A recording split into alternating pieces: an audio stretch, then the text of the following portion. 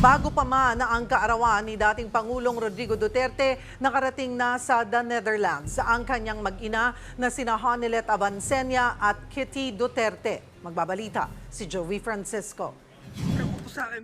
Nagpakita na sina Celito Hanilet Avancenia at ang anak niyang si Veronica Kitty Duterte sa Scheveningen Prison, kung saan nakadetine si dating Pangulong Rodrigo Duterte. Sinubukan ng mag-ina na humiling ng permiso na bisitahin ng dating presidente. Pero nakita na lamang sila nakipag-usap sa mga Duterte supporters na nag-aantabay sa labas ng penitentiary. Tumanggi sila magpa-interview sa media. Narinig na nagpapasalamat si Hanilet sa mga supporters nila.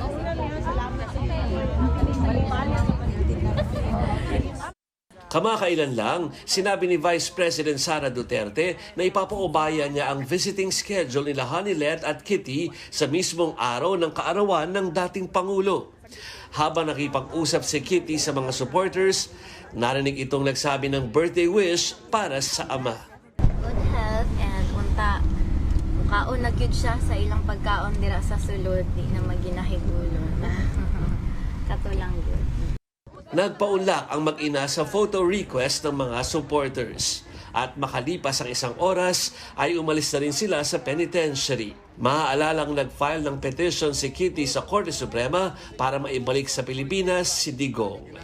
I don't see any action from the Supreme Court of the Philippines affecting the physical custody of Duterte in the International Criminal Court, which is a separate court with separate jurisdiction. Could you imagine the Philippine Supreme Court ordering the ICC judges, hey, I want him back? Not even President Marcos can bring him home. Tiyempo ang dating ng mga miyembro ng pamilya Duterte sa The Hague sa pag-usad ng kaso ni Duterte sa International Criminal Court.